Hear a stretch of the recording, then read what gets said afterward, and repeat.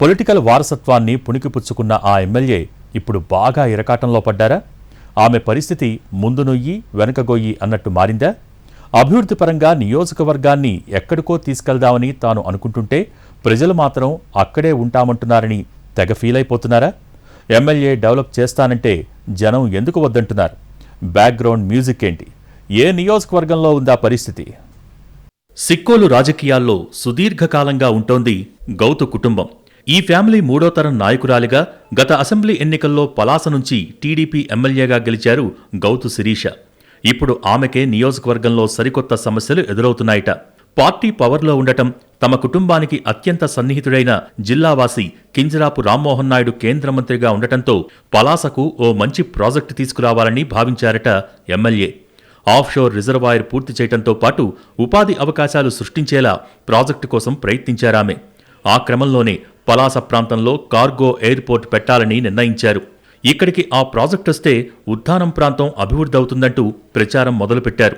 అందుకు అవసరమైన భూసేకరణ కోసం కేంద్ర రాష్ట్ర మంత్రులతో పాటు ఎమ్మెల్యేగా గౌతు శిరీష కూడా స్థానికులతో మాట్లాడే ప్రయత్నం చేస్తున్నారట.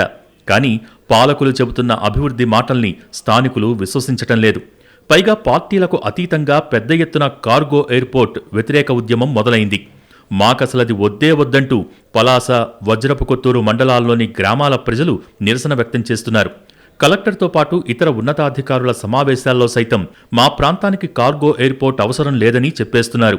అందుకు వాళ్ల రీజన్స్ వాళ్లకున్నాయి. పెద్దగా ఉపాధి అవకాశాలు ఇవ్వని కార్గో ఎయిర్పోర్ట్ కోసం వేలాది ఎకరాల్లో ఉన్న జీడి, కొబ్బరి, మామిడి తోటల్ని పణంగా పెట్టలేమన్నది స్థానిక రైతుల మాట. దీని గురించే ఇప్పుడు పలాసతో పాటు శ్రీకాకుళం జిల్లాలో చర్చ జరుగుతోంది. ముఖ్యంగా ఉద్దానం ప్రాంతంలోని పల్లెల్లో చాప కింద నీరులా కార్గో వ్యతిరేక ఉద్యమం విస్తరిస్తోంది. పచ్చని తోటల్ని కొట్టివేయటం తమకిష్టం లేదని అంటున్నారు రైతులు. కొందరైతే కాస్త డిఫరెంట్గా, ఇంకాస్త గట్టిగా తమ వాదన వినిపిస్తున్నారు. వేలాది మందికి ఉపాధి అవకాశాలు కల్పించే ఫ్యాక్టరీ లాంటిదేదైనా వస్తే ఇష్టం లేకున్నా భవిష్యత్తు కోసం భూములిస్తాం, కానీ కేవలం కార్గో ఎయిర్పోర్ట్ పేరుతో పరిమితమైన ఉపాధి దక్కుతుందంటే అలాంటి ప్రయోజనం లేని త్యాగాలకు మేం సిద్ధంగా లేమని తెగేసి చెప్తున్నారు.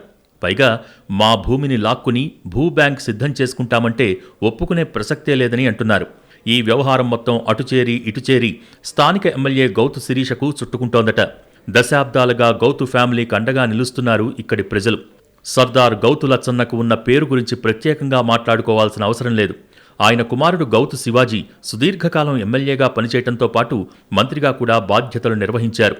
కానీ శివాజీ కుమార్తెైన శిరీషకు రాజకీయ పరిణతి లోపించిందని, ప్రజల మనోగతాన్ని తెలుసుకోలేకపోతున్నారన్న మాటలు ఎక్కువగా వినిపిస్తున్నాయి. ప్రజల నిర్ణయానికి వ్యతిరేకంగా వెళ్తే వాళ్లకు మంచి చేయాలనుకోవటం ఏమో కానీ భవిష్యత్తులో ఇబ్బందులు మాత్రం తప్పవంటూ టీడీపీ ద్వితీయ శ్రేణి నాయకులే హెచ్చరిస్తున్నారు. దీనిపై వైసీపీ కూడా ప్రశ్నాస్త్రాలు సంధిస్తోంది. మూలపేట పోర్టు దగ్గర వేలాది ఎకరాల భూమి సిద్ధంగా ఉన్నప్పుడు దానికి దగ్గరలోనే ఇలా మరో భూసేకరణ అవసరమా అన్నది ఫ్యాన్ క్వశ్చన్. ఈ పరిస్థితిలో ఎమ్మెల్యే కూడా ఉక్కిరిబిక్కిరవుతున్నట్టు తెలుస్తోంది. ప్రజల్లో వ్యతిరేకత ఉన్నా తమ ప్రాంతానికి వచ్చిన ప్రాజెక్టు విషయంలో అడుగు ముందుకేయాలా లేక ప్రజాభీష్టం పేరుతో ఆపేయాలో అర్థం కాక గందరగోళంలో ఉన్నట్టు చెప్పుకుంటున్నారు.